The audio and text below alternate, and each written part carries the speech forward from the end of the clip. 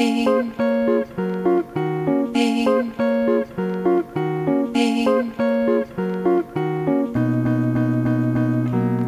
ωραία που θα ήταν, είναι οροφή, Θεός για μια μέρα. Τι ωραία που θα ήταν αν μπορούσα για μια μέρα να γινόμουν Θεός. Ό,τι ήθελα να γίνεται χωρίς γιατί και πώς. Θα φτιαχνα τον κόσμο από την αρχή κάπως αλλιώς, όπως τα μάτια μου φαντάζει δανεικός. Για αρχή τα κλασικά θα εξάλειφα τους πολέμους και θα έκανα παντού τους ανθρώπους αγαπημένους. Στέκει νερό, φαγητό πια να μην βλέπω πεινασμένους και θα μοίραζα σε όλο τον κόσμο τη γεύση του μένους. Να πάρουνε μια τσούρα από τη μουσική που γουστάρω και θα κάπνιζα με τον γκουρμένταλα ένα τσιγάρο. Και να του λέγα ρε μάγκα, μα ψήνεσαι κι εσύ. Κανονίζουμε να επανενωθούν οι FFC.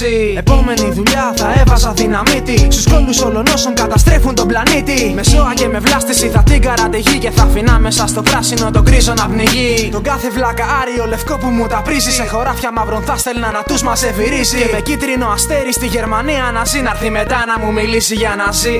Στην κοπέλα μου που ισχυρίζεται πως μ' αγαπάει, θα δεινά για λίγο την καρδιά μου να δει πως χτυπάει. Και όταν έβλεπε πως όταν σε πληγώνουνε πονάει, θα τη ζήταγα να σταματήσει να μου τη γαμάει. Και πίτα από όλα αυτά για να μου φύγει η τσαντίλα, θα ανέστενα έστω και για μια μέρα το τζιντίλα. Και θα του λέγα να φτιάξει κι άλλα ντόνατς να γουστάρουμε, και απ' την τροπή μας οι MCs να μην ξαναραπάρουμε. Μετά θα έβρισκα λεφτά γανατόνο και θα δίνα στο Ζόλτα να κάνει το φέστολο το χρόνο και έπειτα. Για να βγάζουμε τα γούστα μας αβέρτα, θα κάναμε τον Κριτή να είχαμε γεννηθεί αδέρφια. Θα το φτιάχνα το πιο γαμάτο στούντιο να είναι μάγκα, το αξίζει ο καλύτερος beatmaker της Ελλάδας. Να κάναμε την κάβλα μας, να βγάζαμε και χρήμα, όχι όπως τώρα που την παλεύουμε τσίμα τσίμα. Θα έκανα αυτό που έχω πάντοτε στο νου μου και θα πήγαινα στον ουρανό να δω τον παππού μου. Για μια τελευταία φορά να τον σφίξω στην αγκαλιά μου, να του πω πόσο μου λείπει και πως είναι στην καρδιά μου. Θα έλεγα στον κάθε πιτσιρίκο να την ψάξει και θα έδινα σε όλο τον κόσμο ρεπό για να ράξει. Σε κάθε γραφιτά το συνοικό τείχος να βάψει και στον καζατζάκι ένα ακόμα βιβλίο να γράψει.